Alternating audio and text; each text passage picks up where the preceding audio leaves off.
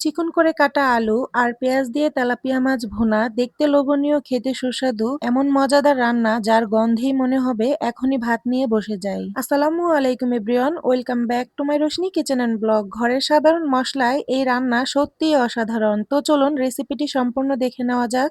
আমি প্রথমে রান্নার জন্য মাছটাকে সুন্দর করে কেটে ধুয়ে পরিষ্কার করে নিয়েছি। পরিমাণ অনুযায়ী এখানে 5 পিস মাছ নিয়েছি আর নিয়েছি 2টা মিডিয়াম সাইজের আলু।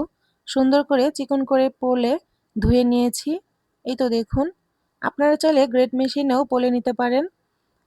এখন মাছটা ভেজে নিব। এর জন্য দিয়ে দিলাম স্বাদমতো লবণ হাফ চা চামচ, হলুদের গুঁড়ো হাফ চা চামচ আর লাল মরিচের গুঁড়ো হাফ চা চামচ। হাত দিয়ে ভালোভাবে মাছটাকে মশলার সাথে মাখিয়ে নিব। মাখানো হয়ে গেল, এখন ভেজে নিব। এর জন্য চুলায় একটি প্যান বসিয়ে দিয়ে দিলাম রান্নার রেগুলার তেল। তেলটা গরম হয়ে আসলে এক এক করে সবগুলো মাছ দিয়ে দিচ্ছি। চুলাটা মিডিয়াম আঁচে রেখে মাছটাকে ভেজে নিব সুন্দর করে। এ পর্যায়ে এক পাশ ভেজে এসেছে, উল্টিয়ে অন্য পাশও আমি একইভাবে ভেজে নিব।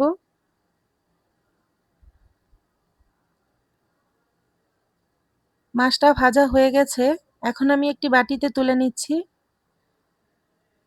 এপাশ ওপাশ একইভাবে ভেজে নিলাম। এই তো দেখুন, এখন আমি রান্নাটি করে নিব। এর জন্য একই প্যানে দিয়ে দিচ্ছি আরও কিছুটা রান্নার রেগুলার তেল আর দিয়ে দিচ্ছি আগে থেকে কেটে রাখা হাফ কাপ পরিমাণ পেঁয়াজ কুচি আর কয়েকটা কাঁচামরিচ ফালি করে। এখন নেড়েচেড়ে পেঁয়াজটাকে তেলের সাথে নরম করে ভেজে নিব। যে আলুটা কেটে রেখেছিলাম, এখন সেই আলুটা দিয়ে দিচ্ছি। পেঁয়াজের সাথে আলুটাকেও আমি নেড়েচেড়ে গোল্ডেন ব্রাউন করে ভেজে নিব। এইভাবে আলুটা ভেজে রান্না করলে খুব সুন্দর একটি ঘ্রাণ আসে। এ পর্যায়ে পেঁয়াজটা ভাজা হয়ে গেল, দিয়ে দিলাম মশলা কষানোর জন্য পানি আর আদা রসুনের পেস্ট 2 চা চামচ, স্বাদমতো লবণ 1 চা চামচ। মশলাটাকে নেড়েচেড়ে আগে একটু মিশিয়ে নিচ্ছি।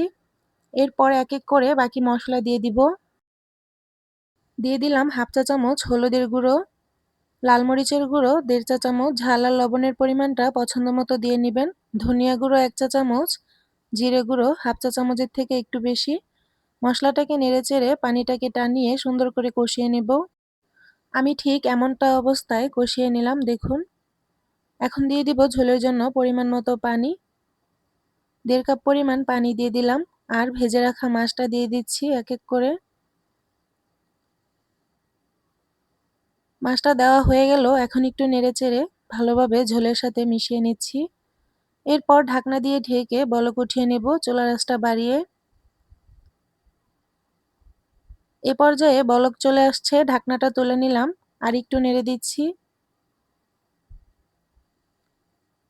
মাঝখানে আমি আরও 1 থেকে 2 বার নেড়েচেড়ে ঝোলটাকে টানিয়ে রান্নাটি করে নেব। তো আবারও ঢাকনা দিয়ে ঢেকে নিলাম।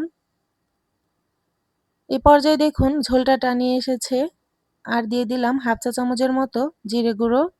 জিরে গুঁড়োটা দিলে খুব সুন্দর একটি ঘ্রাণ আসে, খেতে কিন্তু খুবই সুস্বাদু হয়।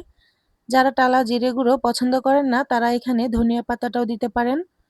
তো আমি নেড়েচেড়ে ভালোভাবে মিশিয়ে নিলাম। এই তো হয়ে গেল আমার সুস্বাদু ও লোভনীয় পারফেক্ট একটি তেলাপিয়া মাছ ভুনা। শুধু পেঁয়াজ দিয়ে ভুনা না করে এইভাবে আলু দিয়ে ভুনাটি করে দেখতে পারেন, ইনশাআল্লাহ অনেক ভালো লাগবে। তো আমার আজকের রেসিপি কেমন লাগলো অবশ্যই কমেন্টে জানাবেন। লাইক দিতে ভুলবেন না। চ্যানেলটি সাবস্ক্রাইব করে ভিডিওটি শেয়ার করে পাশেই থাকবেন। আজকের মতো এখানেই বিদায় নিচ্ছি। আল্লাহর রহমতে সবাই সুস্থ ও ভালো থাকুন। আল্লাহ হাফেজ।